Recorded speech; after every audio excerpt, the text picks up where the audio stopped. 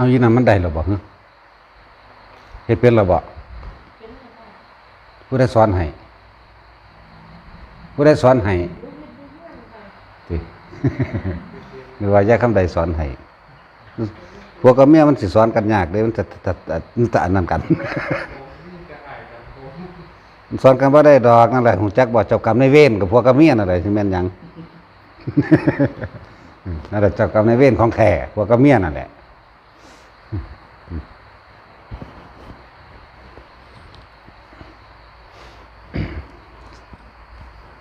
สำหรับผู้อยากบวชคิดยากว่าสิเอาหยังแน่มีหยังแน่มีค่าใส่ใจบ่นี่เขาถามมานะมาโลดถ้าพร้อมแล้วบ่ต้องมีค่าใส่ใจดอกมันบ่อึดดอกผู้สิเป็นเจ้าภาพให้อัน สำหรับผู้ที่อยากบวชแต่ว่าบ่ให้มีประวัติในทางคดีเด้ประวัติในว่าหนีคดีมาบ่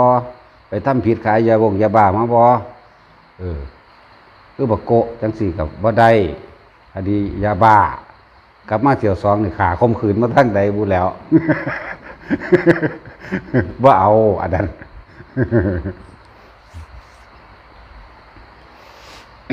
เราก็ต้องมีการตรวจสอบได้ต่อไปเนาะแต่ว่าได้บัตรประชาชนมาเราก็จะให้ทางโรงพักเขาขี้เบิ่งอ่ะนะเรียกว่าตรวจสอบประวัติว่าประวัตินั้นมีพันธะหรือว่าภาระหรือว่าติดคดีและหนึ่งบอลนี่อันดับหนึ่งเลยแต่ผู้อยากบวชแต่ถ้าว่ามาบวชแต่พร้อมแล้วบ่ต้องไปคิดยากดอกมาตะโตโลดแต่ว่าจะเอาคดีมานำเด้ เขาจับเอาอยู่ในโบสถ์ก็มีเด้อันพวกลักมาลีมานั่นน่ะบางเพศบางประเภทบางคนนั่นน่ะ5-6 ปีแล้วเขายังนำเอาได้อยู่เด้อ ธรรมดาเด้อนั่นแหละแต่ว่าสำหรับผู้อยากบวชก็มาตะโตโลดถ้าพร้อมแล้วมีความศรัทธาในปฏิปทาแนวทางการปฏิบัติศรัทธานี่บ่ให้ศรัทธาบุคคลเด้ให้ศรัทธาแนวทางการปฏิบัติว่าถือจริตนิสัยกุละแบบนี้ศรัทธาแนวทางเด้บ่แม่นให้ศรัทธาคนบ่ขังมันก็ถ้าตายอย่างเดียว นั่นแหละสำหรับผู้อยากบวชเด้อเขาถามมาหลายอยู่ว่ามีค่าใส่จ่ายแบบใดอีหยังแบบใดบ่มีดอกถ้าเฮาตั้งใจเตรียมใจไม่เรียบร้อยแล้วก็บ่มีประวัติในคดีมันเคยมีก็คือมันจบสิ้นไปแล้วจังซี่ก็เป็นธรรมดาคนเฮาบ่ผิดบ่มีดอกเพียงแต่ว่าบ่แม่นแบ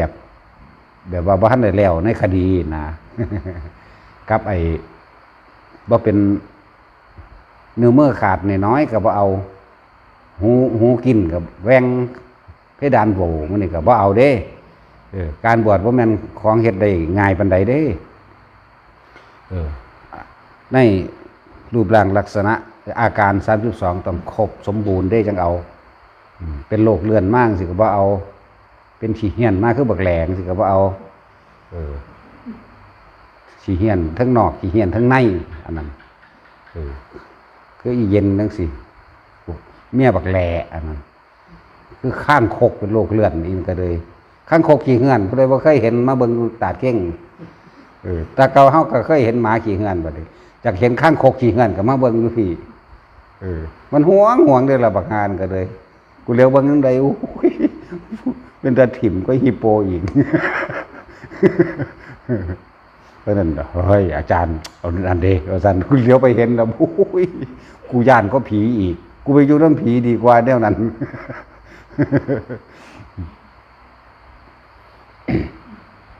สำหรับผู้อยากบวชเข้าใจซะว่ามาโลดแต่ใจพร้อมแล้วมีศรัทธาในข้อวัดปฏิบัติ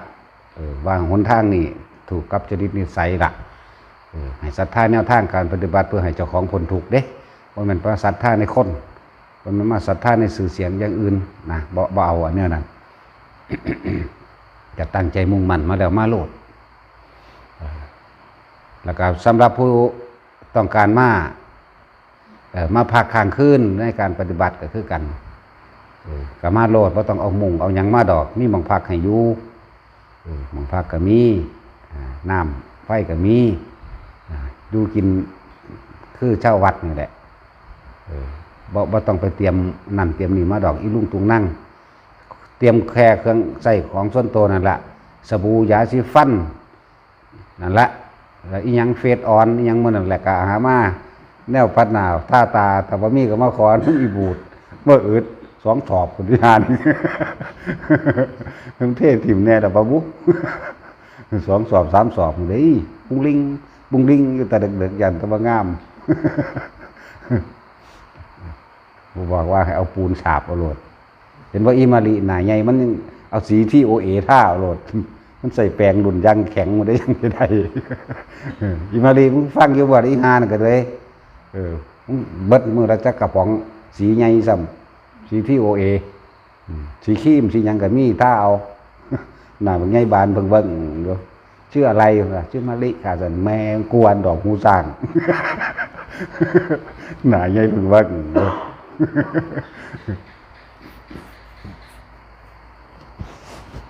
สำหรับผู้อยากมาพักปฏิบัตินำกับมาโลดถ้าบ่มีรถส่วนตัวก็เดินทางมาลงที่หน้าโรงพยาบาลอำนาจนั่นแหละแล้วก็โทรเข้ามาให้ตะคูนหัวล้านไปครับตะคูนหัวล้านไปครับนั่นแหละจังว่าผู้ใดมาเข้ามาโลดถ้าบ่มีรถมาผู้ใดสุว่าขึ้นเครื่องบินมาลงอุบลจังซี่ก็ขี่รถตู้ของน้ำบินนั่นล่ะมาโหลดหรือบ่น้ำบินก็สร้างดอกว่าตั้งแต่มันมาลงเมืองอำนาจได้ แล้วก็โทรเข้ามาหาตะคูนหัวล้านเราจะไปรับเอาเองดอก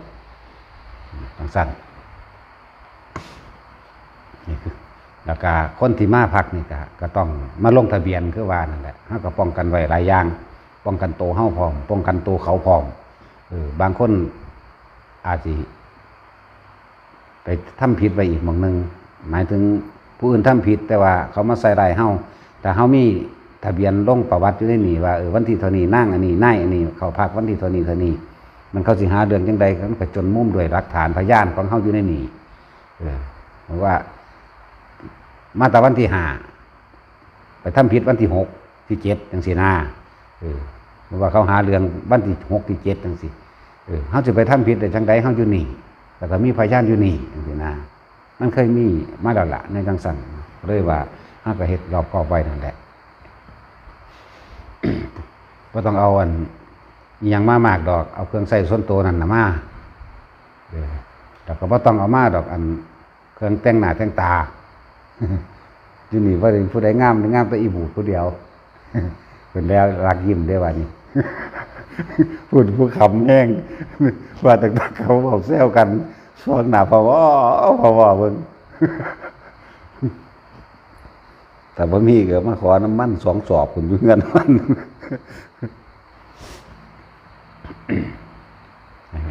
ทำความเข้าใจซะว่าผู้ต้องการที่บวชกับมาตาโตโนดแต่ว่าจะเอาคดีมานำคือบักโกเอาบ่ได้ฆ่าข่มขืนตอนนั้นเดี๋ยวเขาก็มาถามหาคนไหนชื่อโกอีกแล้วฮิปโปเขาจะมาถามหาฮิปโปคนไหนชื่อฮิปโปมันจักเอิ่นชื่อว่าจังได๋ดีจักสิฮิปโปหูลังหูตังจักสิอีหยังกันแน่หรือคิงคองหรือหยังก็บ่รู้ยายเกี่ยวหีเขียวอยู่ไหนยังก็ยังมีเนาะใส่ผู้ใดชื่อยายเกี่ยวหีเขียวไปถามก็ไปถามถึกโตนั่นแหละใส่เกี่ยวนั่นแหละผู้ใดอยากบวชก็มาแต่ว่าก็บริสุทธิ์มานั่นแหละถ้าตั้งใจแล้วก็มาโลดมันบ่อึดดอกผู้เป็นเจ้าภาพบวชก็บ่ได้ยากทุกอย่างเฮามีพร้อมให้เขาต้องการสืบศาสนาโดยการรักษาพระวินัยเมื่อรักษาพระวินัยแล้วมรรคผลมันก็มีอยู่ในหันแหละพระวินัยนี่เป็นเครื่องรักษานักบวชจะต้องดูเฉพาะตนของเจ้าของเองว่าอันใดผิดอันใดถูกเมื่ออันใดผิดอันใดถูกแล้วก็แก้กันได้สิ่งที่แก้ได้แก้ทั้งสั้นแต่เฮาวนอยู่ได้ขอวัดปฏิบัติหมายถึงจิตใจของเฮาเองการรักษาผ่าคล้องจังซี่เพิ่นว่าบ่ให้เลยหัตถบาทหมายถึงว่าอยู่ในวงของมือเฮาเอื้อมถึงแจ้งเห็นลายมือจังซี่นะ ก็เฮ็ดไปนำคือเฮาคอยระวังแม้นเล็กๆน้อยๆเฮาก็บ่ให้มันขาดนั่นกิเลสตัณหามันก็บ่แล่นออกตัวมันก็อยู่ในภาวินัยนั่นเพิ่นก็ว่าฉันนี่บาทเดียวฉันนี่แล้วก็นั่งอาสนะเดียวจังซี่เฮาก็คิดไข้ควรพิจารณาในนี่แหละไปตามข้อวัดมันแหละบ่าย3ลุกขึ้นกวาดตาดเนาะนี่ก็คิดไปตามนี่แหละวนแต่อยู่ในนี่มันสิไปไสมันบ่ได้คิดไปหาผู้นั้นผู้นี้แหมแต่ว่าการบวชที่เฮาสิถึงความสงบได้แต่ว่าต้องตัดอะไรแล้วก็ต้องตัดอดีตออกบ่แม่นไปนึกถึงแต่อดีตและการบวชถ้าผู้ใดหวังเพื่อมรรคผลนิพพานแท้จริงแล้วก็คือว่าให้ไปอยู่ในสถานที่ที่เพิ่นปฏิบัติแล้วก็หนีออกจากบ้านอย่าอยู่บ้านเด้ถ้าอยู่บ้านจังได๋ก็สร้างปาริโภทคือความกังวลในญาติกังวลในหมู่พวกเพื่อนฝูงผู้มีเมียผู้มีลูกมีหลานก็คือกันก็กังวลในอันนั้นแหละเดี๋ยวก็แล่นออกมาหานั่นอันนี้แล่นมาหากันหมู่พวกแล่นมาเล่นน้ำจังซั่นจังซี่เฮ็ดหยังบ่ได้เด้แล้วก็สถานที่ที่แม้นสิเป็นหม่องหันสิเป็นหม่องปฏิบัติก็สร้างอย่าอยู่เพราะว่ายังติดบ้านเดี๋ยวผู้นั้นก็มาผู้นี้ก็มาคือเก่าจังว่าถ้านั่นแหละก็มาอยู่หม่องอื่นมันสิตัดกังวลจากครอบครัวตัดกังวลจากญาติจากพี่น้องจากสัตว์เลี้ยงของทรัพย์สมบัติที่มีวิญญาณและบ่มีวิญญาณในเมื่อมันบ่เห็นมันบ่ได้ยินแล้วมันก็คอยห่างออกมามันก็คอยได้กายวิเวกอีกแบบนึงนั่นแหละมันก็คอยได้อีกแบบนึงขึ้นมาเรื่อยๆแล้วก็มาเมื่อเฮาบวชเข้ามาแล้วเฮาก็มาวนอยู่ในพระวินัยนี่แหละถ้านักภิกษุนักบวชทั้งหลายบ่รักษาพระวินัยก็เป็นว่าบ่มีหยังนะต้องรักษาพระวินัยเด้เพราะพระวินัยนั่นแหละเพิ่นก็เรียกว่าศีลนั่นแหละสิเป็นเครื่องส่งเสริมให้เกิดสมาธินั่นแหละสิเป็นเครื่องส่งเสริมให้ปัญญามั่นคงฉะนั้นปัญญาก็จะกลับว่าอบรมศีลอีกเพียงหนึ่งนี่แหละเอิ้นว่าถ้าเฮาของอยู่ในพระวินัยก็เรียกว่าปัญญาแล้วรอบรู้ในกองสังขารหรือว่ารอบรู้ในข้อวัดปฏิบัติของเจ้าของแล้ววนแต่อยู่ในนี่สมาธิก็ตั้งมั่นของมันเองโดยอัตโนมัติดอกเพราะเฮาบ่ได้ไปคิดออกมาหันมานี่ได้ซั่นแล้วก็ว่าศีลอบรมสมาธิอบรมปัญญา3อย่างก็อบรมเป็นหนึ่งเดียวกันนั่นแหละมัคคะสมังคีทำ3อย่างศีลสมาธิและปัญญาร่วมกันเป็นหนึ่งมันก็เข้าสู่ความสงบได้เท่านั้นแหละสำหรับผู้อยากบวชก็มาโดยบริสุทธิ์แบบนั้นแหละเด้อบ่ได้เสียเงินดอกเฮ็ดเอาเองดอก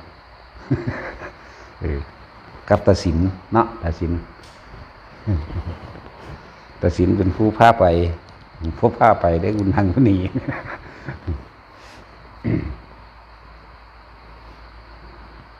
แล้วก็ที่ว่าพวกอันแม่ชีว่ารับแม่ชีไหมบ่รับดอกแม่ชีนั่นน่ะแต่มาก็มาธรรมดาโลดมันสิมาซี่กันอยู่ในนี่รู้จักว่ามันก็ซี่ผู้นั้นซี่ผู้นี้ผิดกันข้อวัดปฏิบัตินั่นนี่การปฏิบัติจริงๆแล้วถ้าเฮาบ่ไปตั้งตนก็ดีอยู่อย่างหนึ่งโดยการบังคับตนเองแต่ผู้ใดบ่เป็นโรคกระเพาะบ่เป็นโรคนั่นนี่แล้วก็ให้แต่สิเฮ็ดให้มันจริงให้มันจังแต่ว่าผู้ข้าเอาศีล8แต่ว่าคันท่าแป้งอยู่นี่นะแล้วก็กินข้าวแรงอยู่นี่นะบ่แม่นข้าวแรงในความหมายเขาคิดเนาะนมถั่วเหลืองนมแลคตาซอยเข้าเด้นั่นน่ะหนึ่งกินแมงเราเป็นยังสิไปกินสันมันนั่นอิ่มโลดมันหลายอย่างคือยังงี้เด้คนโดยความบ่เข้าใจนั่นแหละมากกับมาเป็นปกติมาธรรมดาบ่อยากให้มาถือว่าบางคนเป็นยกศีลอ่างมูคมมูเด้คมเด้เจ้าอย่าปากภาษาศีล5ก็ว่าเด้จักได้บ่ได้ก็ว่าเด้อันเจ้าของนั่นมันกำลังทิ่มแทงผู้อื่นอยู่นั่นทางบ่ได้คัก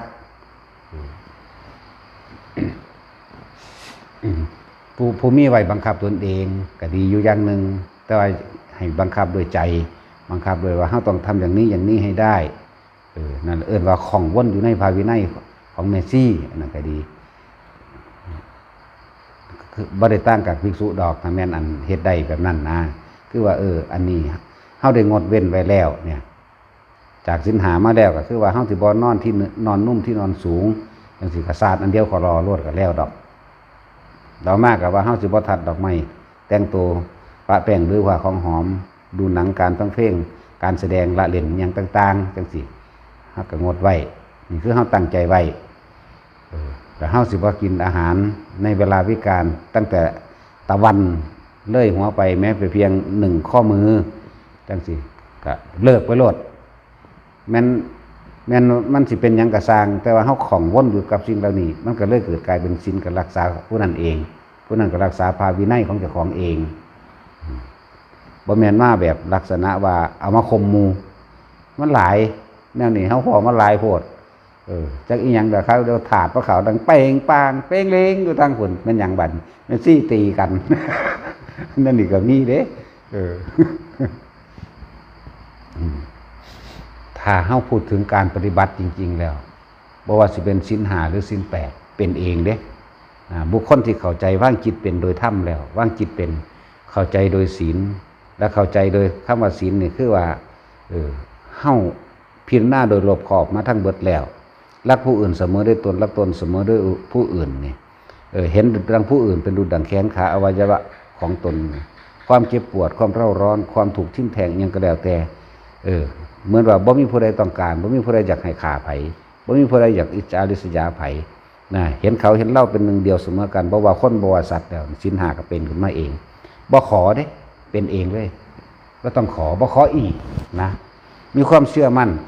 และในคำว่าอัตหิอัตโนนาโถมีความเชื่อมั่นของตนแรกนี่จะเป็นพี่พึ่งของตนแล้วก็เชื่อมั่นเรื่องของว่าสัตว์โลกต้องเป็นไปตามกรรมนี่เชื่อธรรมด้วยนี่เชื่อความจริงนะเชื่อความจริงมันเป็นเช่นนี้นี่เองนี่เชื่อความจริงเนี่ยไม่ทำร้ายเบียดเบียนให้ผู้ใดผู้หนึ่งเสียชีวิตและทรัพย์สินตลอดทั้งคนและสัตว์เนี่ยต่อมาก็เชื่อความจริงเชื่อว่าสัตว์โลกเป็นไปตามกรรมนั่นแหละบ่สงสัยบ่มีความลังเลสงสัยเลยศีลก็บริสุทธิ์นั่นแหละโสดาบันบ่ขอศีลสิบ่ขอเลยเป็นเองขึ้นมาในตัวเองเลยเห็นสัตว์อื่นๆที่ว่านั่นกับมีความเมตตาเสมอโดยตนได้บัดนี้อันนี้เขากับเฮานี่เสมอกันบ่อยากรังแกหรือทำลายเบียดเบียนผู้ใดได้เนี่ยมันจะเป็นของมันเองนั่นแหละโสดาบันถึงสั่นแล้วเอิ้นว่าอริยะเบื้องต้นอริยะแปลว่าผู้ไม่เบียดเบียนผู้ไม่มีศัตรูมันก็เลยแล้วก็บ่มีการสาปแช่งผู้ใดอีกความโกรธมีไหมมีแต่ว่าบ่สาปแช่งเด้ศูนย์ปึ้งขึ้นแล้วหาวิธีหนีโลดคือย่อมหมายถึงย่อมนี่ย่อมโดยธรรมโดยบ่แม่นย่อมโดยแบบว่ากูบ่ย่านอีหยังดักย่อมออกมาเพื่อรักษาแนวทางของเจ้าของเองแนวทางไปนิพพานนั่นแหละไม่สาปแช่งไม่ทำร้ายไม่ทำลายไม่บ่เฮ็ดจังซั่นอยู่แล้วแม้นสิถูกด่ามาหรือถูกรังแกเบียดเบียนอย่างมากก็แล้วแต่เพราะคำว่าอริยะแห่งโสดาขึ้นไปนี่เป็นผู้ถึงกระแสพระนิพพานแล้วย่านผิดทางพระนิพพานเขาบ่เฮ็ดดอกเขาว่าสาปแช่งเด้สาปแช่งนี่หรือว่าไปด่าเขาไว้นี่พี่เพราะมันเจ็บใจผู้ใดก็เคยสูญเคยโมโหแล้วก็สาปแช่งยามใดมันสิตายได้จังซั่นนั่นมันบ่ได้ขาทางกายแต่ว่ามันขาทางใจมันเลยกลายเป็นขาเจ้าของตัวเองเด้กังวลและร้อนขึ้นมาเอาเองเนี่ยถ้าโสดาบันสิบ่มีแนวนั้นศูนย์อยู่ก็มีแต่ว่าหาวิธีลบหลีกเลี่ยงออกจากบุคคลผู้นั้นเรื่องนั้นจังซี่นะศูนย์อยู่ความอยากได้ทางโลกแบบว่าคำว่าอยากรวยจะกันยังมีอยู่แต่ว่าบ่เป็นไปโดยการทำร้ายเบียดเบียนให้ผู้ใดผู้หนึ่งเสียชีวิตและทรัพย์สินและกับทั้งคนและสัตว์เนี่ยอยากรวยอยู่ธรรมดาความรักทางเพศน่ะมีอยู่แต่เฉพาะผัวกับเมียเจ้าของเท่านั้นผู้อื่นบ่มองเลยเด้อใส่ชีวิตเป็นปกติผู้อื่นสิบ่เบิ่งเลยเพราะว่ามันเห็นโทษแล้วเห็นโทษนั่นถึงว่าผู้บ่เบิ่งผู้อื่นก็แล้วกันบ่ได้สนใจผู้อื่นเอาเฉพาะนั้นแล้วจังขึ้นชื่อว่าโสดาบันบัดนี้แม่นผัวตายก็บ่เมียใหม่เป็นเมียตายก็บ่ผัวใหม่เด้ผู้ชายก็ดีผู้หญิงก็ได้เป็นจังซั่นพอเขาเห็นโทษแล้วประคองจิตหาอยู่หากินกะบ่มีมิจฉาวานิชา6อย่างบ่ฆ่าเหล้าบ่ฆ่าอาวุธบ่ฆ่าสัตว์บ่ฆ่าเนื้อบ่ฆ่ายาพิษและบ่ฆ่าอาวุธนี่หลายๆแม้กระทั่งเครื่องดักสัตว์มันนี่ก็บ่เฮ็ดจังซี่นะยาพิษเหล้าสุราฆ่าสัตว์ฆ่าเนื้อฆ่ามนุษย์6อย่างนั่นเองบ่มีแนวจังซี่ก็หากินธรรมดาค้าขายกับเสื้อผ้าพวกอาหารกับขาเฮ็ดอยู่แต่ว่าบ่ไปขายเองบ่ไปสั่งเอง บ่ไปสั่งเนื้อเองบ่ไปสั่งปลาเองเป็นไปโดยไปฮอดก็ไปซื้อเอาโลดบางทีหน้าก็เอาโลดนั่นแหละ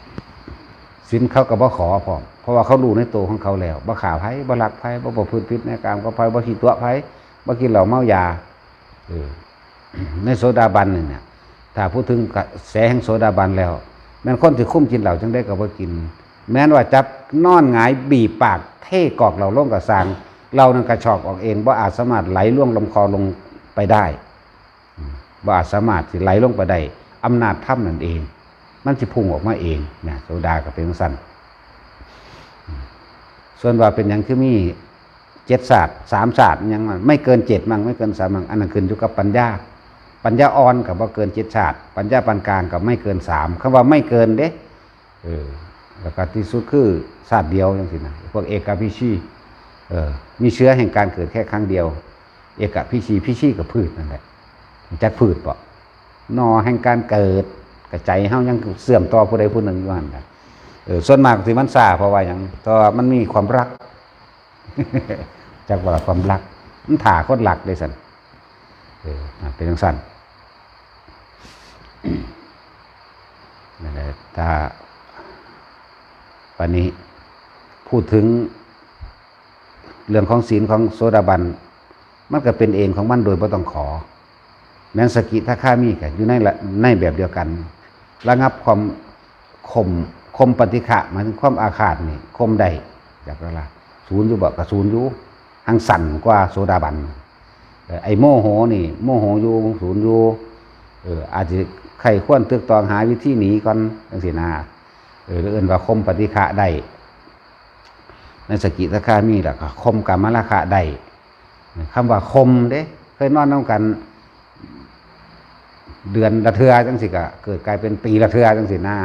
มันว่าได้ขาดแต่ว่ามีได้หันละลึกๆสมมุติเอาเด้อันนี้ว่าไม่ได้ไปยืนยันตัดสินเด้ให้นัยยะซื่อๆเด้อโวแมนเอาไปเป็นหลักสูตรได้อันนี้ ให้นัยยะเทียบคือพระสกิทาคามี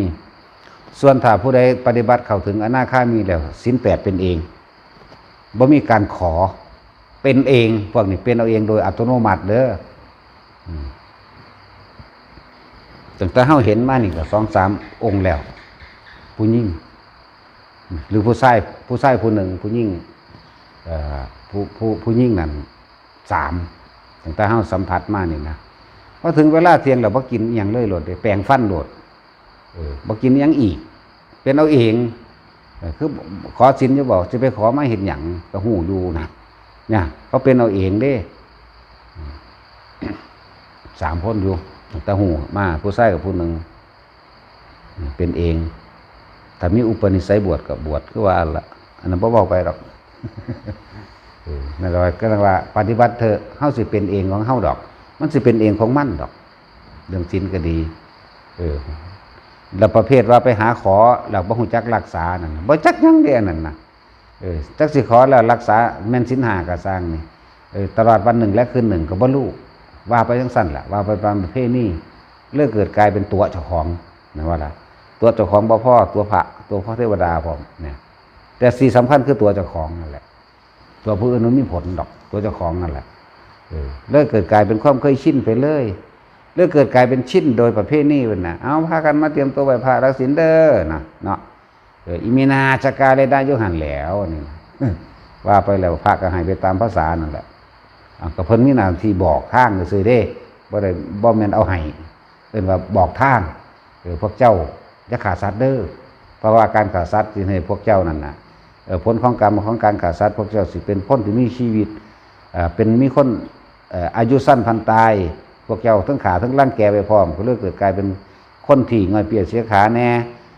เป็นโรคอันนั้นอันนี้แน่เพราะว่าเหตุทั้งการปล่อยขาสัตว์ร่างแก่สัตว์เด้อขังสัตว์เด้อแบบนี้นะก็พวกเจ้ารักเขาก็รักพวกเจ้าขึ้นด้วยกันเด้อมันก็บอกทางก็ซื่อบอกอานิสงส์บอกทางเป็นเพราะรักษาให้ไผได้ของไผของมันเนาะผู้สิเป็นโสดาบันแล้วเขาก็รู้ในเขาเองโดยศีลก็เป็นเองโดยไม่ต้องขออีกนั่นจะเป็นผู้นำทางอันศาสนาในการขอกับผ้าวาซื่อๆได้บัดนี้ผู้ที่ก้าวขึ้นมาสู่อนาคา 8เนี่ยเป็นเองได้บ่ขอเด้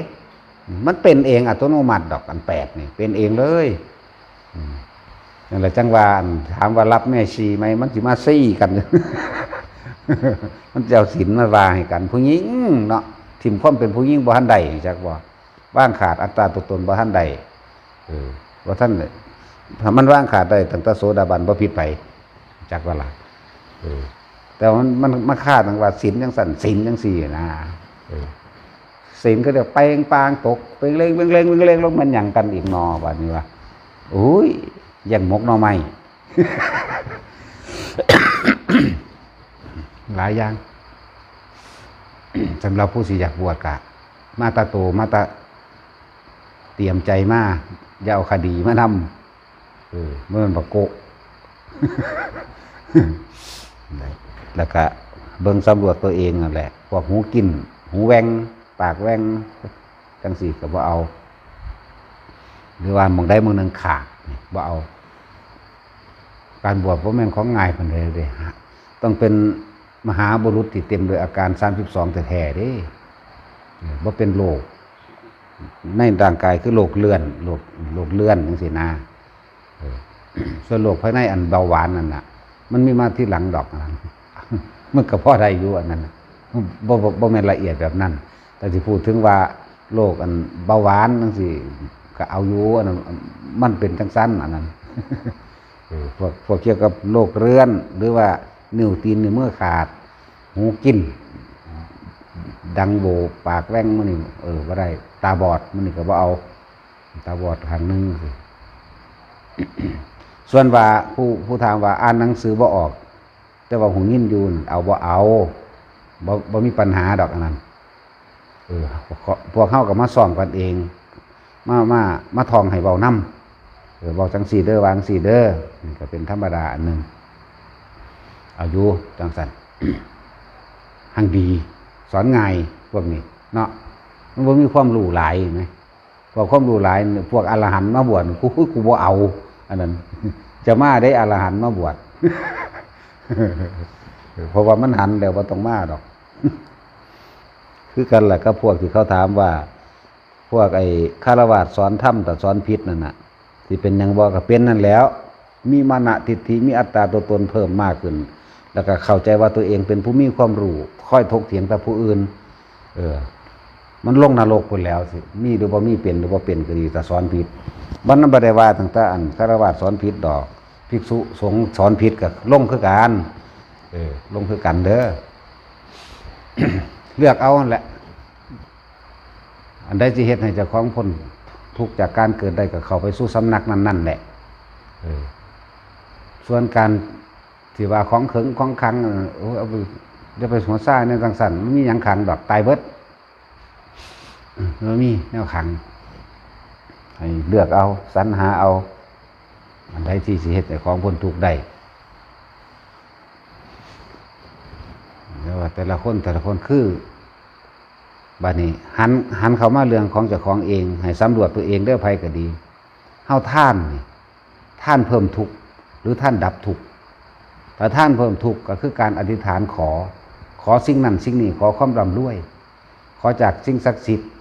ขอจากพระพุทธรูปขอจากพระเจ้าขอจากงูขอจากนกขอจากงูขอจากนกขอจากพระเจ้าเนี่ยสิ่งศักดิ์สิทธิ์พุทธศาสนาบ่มีสิ่งศักดิ์สิทธิ์นะพุทธศาสนาก็บ่ขังอีก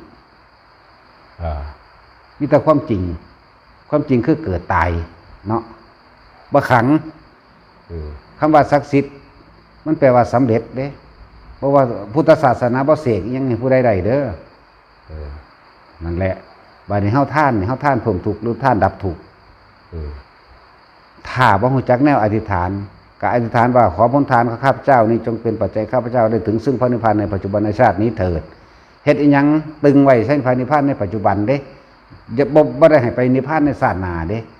แล้วก็บำเพ็ญเพียรอีหยังก็แล้วแต่ให้ท่านหยังก็แล้วรักษาศีลสวดมนต์ภาวนาก็แล้วแต่ตั้งใจมุ่งมั่นตัวเดียวโลดคือเอานิพพานเป็นอารมณ์เอานิพพานเป็นที่สุดนั่นเองที่สุดในปัจจุบันที่เฮามาบำเพ็ญทีเดียวนี้สร้างบุญศีลทานอย่างในเดียวนี้นั่นน่ะ ให้ดับให้ถึงพระนิพพานศาสตร์นี่เดี๋ยวว่าแม่นสร้างว่าสิไปศาสตร์หน้าเด้ศาสตร์หน้ามันบ่ถึงจักเทื่อถึงไปเกิดในศาสตร์หน้าจักสิเป็นหมูหรือเป็นหมาก็บ่รู้เนาะพยายามตั้งใจเอาในศาสตร์นี่แหละท่านก็เป็นปัจจัยสู่พระนิพพานในปัจจุบันชาติศีลก็เป็นปัจจัยสู่นิพพานปัจจุบันชาติเนคขมะคือการบวชนี่แหละการทำจิตใจให้ออกจากกามนี่แหละคือการบวชการให้เป็นปัจจัยในพระนิพพานในปัจจุบันชาตินั้นปัญญาในความรอบรู้ทั้งหลายก็ให้มันรู้เห็นพระนิพพานในปัจจุบันชาติความเพียรขันติความอดทนมันนี่คือกันเมตตาหรือสัจจะมันนี่คำว่าสัจจะนี่คือเป็นคนที่เบาความจริงบ่แม่นว่าเสียคำเบาโดยการเป็นนัดหมู่จังสันจังซี่แล้วเสียสัจจะอันนั้นก็เป็นส่วนหนึ่งอยู่แต่ว่าเป็นของปลีกย่อยแต่ว่าสัจจะจริงๆคือเบายังก็เบาตามความเป็นจริงตามที่เห็นจริงตามที่เป็นจริงเบาความจริงอธิษฐานกับตั้งใจมุ่งมั่นสู่จุดหมายกับจุดหมายพระนิพพานในปัจจุบันนิชาตินี่แหละว่ามันอธิษฐานเพื่อจะไปศาสนาเด้จนถึงที่สุดแหละค่ะอุเบกขาเห็นป่ะนี่มันมาว่างจนโตสุดท้ายคือเก่าอยู่ไหมทั้งเบิดที่เฮาเฮ็ดมานี่เดินเข้ามาทั้งเก้าทั้งก้าวที่หนึ่งคือทานก้าวที่สองคือศีลทานศีลเนคขมะปัญญาวิริยะขันติสัจจะอธิษฐานะเมตตาและก้าวสุดท้ายคือก้าวลงสู่อุเบกขาก้าวที่ศูนย์จักว่าล่ะนั่นละก้าวที่ศูนย์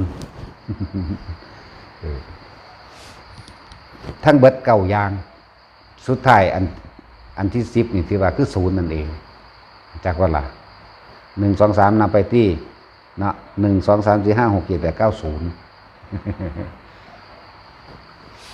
ก้าวที่ศูนย์ออกจากความรู้สึกในความพอใจและบ่พอใจนั่นแหละให้มันออกให้มันหายไปสุญญตาใจว่าล่ะให้มันเป็นสุญญตาศูนย์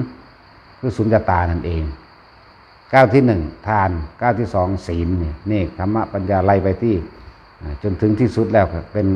ก้าวสุดท้ายคือก้าวที่สุญญตาดับอัตตาตัวตนนั่นเองเบิดขาดความสิ้นตัวนี้ต่างหากอะไรทุกคนเฮ็ดอีหยังก็แล้วแต่จะแปลว่าสาธุเด้อผู้ขาถูกหวยมั่งร่ำรวยมั่งให้ผู้นั้นเป็นนั่นให้ผู้นี้เป็นนี่เนาะสุดท้ายแล้วก็ว่าให้ไปเกิดศาสนาหรือพบได้ก็สร้างสาธุเด้อผู้ขาเกิดชาติใดก็คำว่าทุกข์ว่ายากจะให้มีกับผู้ขาเด้อขอให้ผู้ขาเกิดในพุทธศาสนาตลอดไปจังซี่มันสิไปเกิดเฮ็ดจังแต่ว่าตลอดไปอยู่นั่นแหละมันก็บ่ถึงจังเทื่อแล้วมันก็เที่ยวเกิดอยู่หั่นล่ะเนาะพุทธเจ้าเฮาบ่แม่นว่าเพิ่นสอนให้คนปรารถนาเกิดเป็นนั่นเป็นนี่เด้เพิ่นให้เฮาถึงทางดับทุกข์ในปัจจุบันชาตินี่เลยเพิ่นจึงให้ทำความดีเอาไว้แล้วก็เพิ่นบ่ได้สอนตั้งแต่แค่ว่าให้ถึงเฉพาะนิพพานอย่างเดียวแต่ว่าจุดหมายสูงสุดคือพระนิพพานแต่ว่าก่อนที่สิถึงพระนิพพานนี่แหมเฮาต้องก้าวอย่างด้วยความเสียสละนั่นเองคือการให้ทานเห็นบ่ล่ะกว่าสิถึงพระนิพพานนี่น่ะก็ต้องเสียสละสิ่งของที่เจ้าของมีอยู่คืออาหารยารักษาโรคเครื่องนึ่งห่มตลอดทั้งที่อยู่อาศัยการช่วยเหลือแนะนำอย่างต่างๆนานาสารพัดก็ว่าไปเฮ็ดทั้งเบิดนี่ก็เพื่อสิว่างอัตตาตัวตนเด้ศีลก็เพื่อสิว่างอัตตาตัวตนเด้เห็นบ่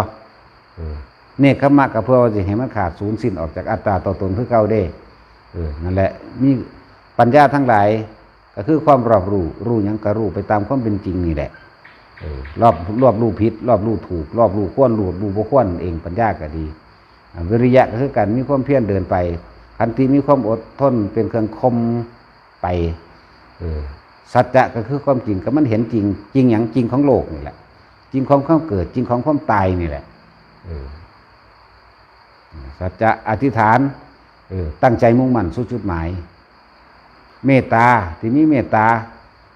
ก็คือการรักษาผู้อื่นก็คือการเมตตาตนคือเก่านั่นแหละ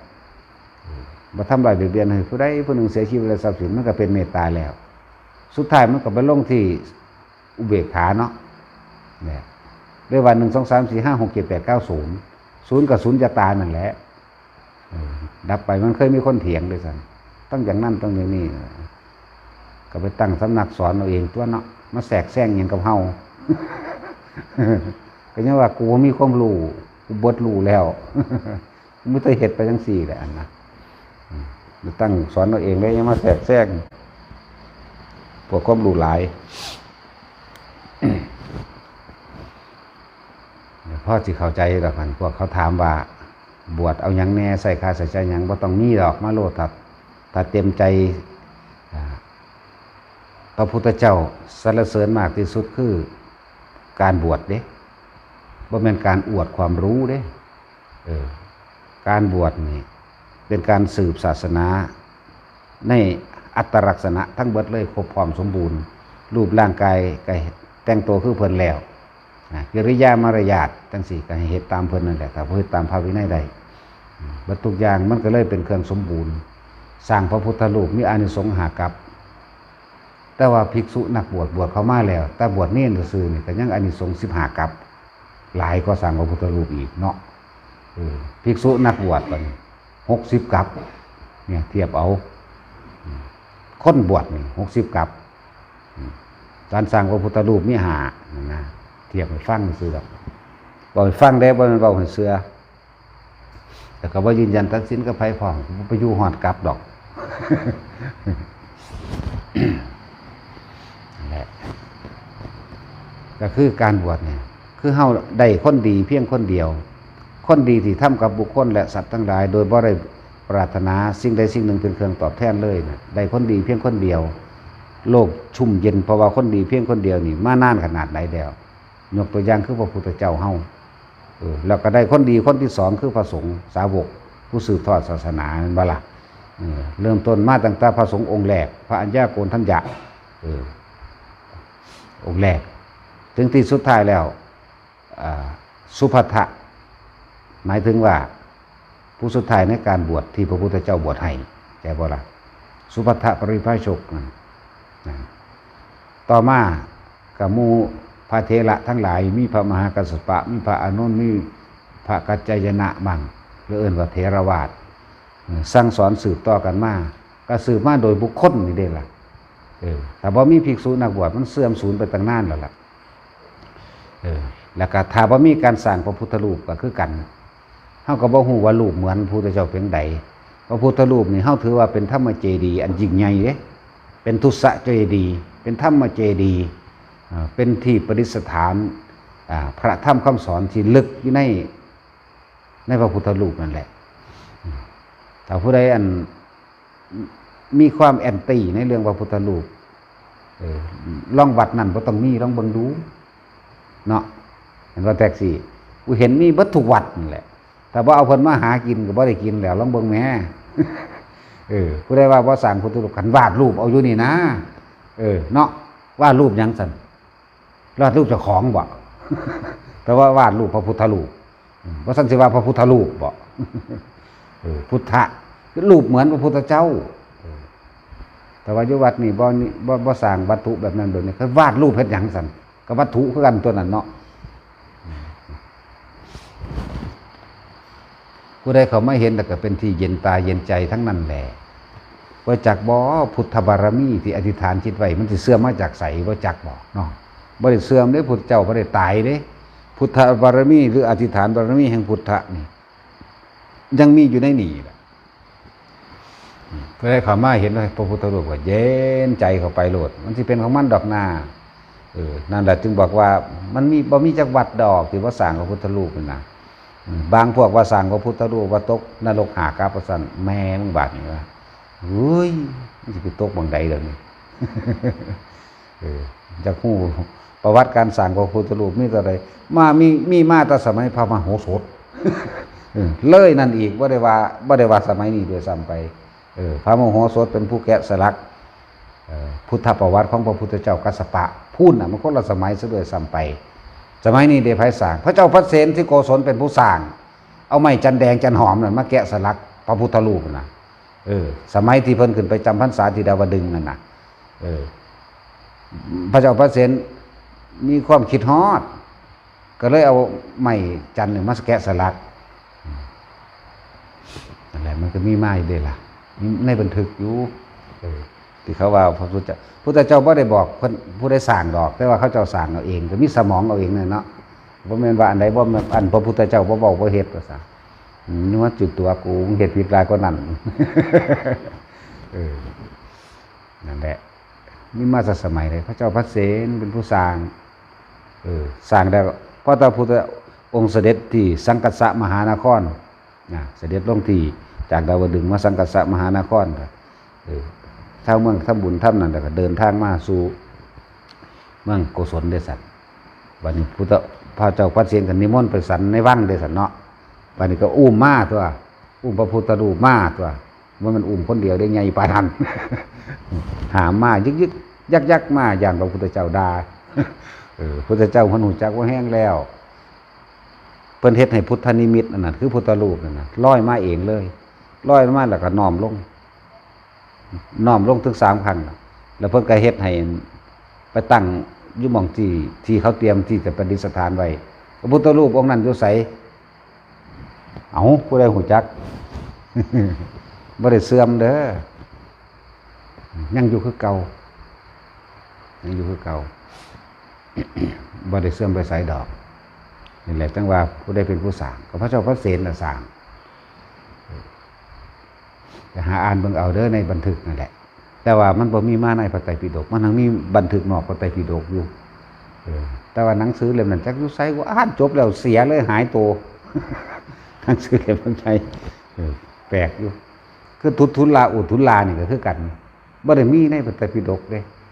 มีมานอกนั่นแหละแต่ว่าอ่านแล้วก็เสียไปนำกันนั่นเล่มนี้ในเล่มเดียวกันนั่นแหละ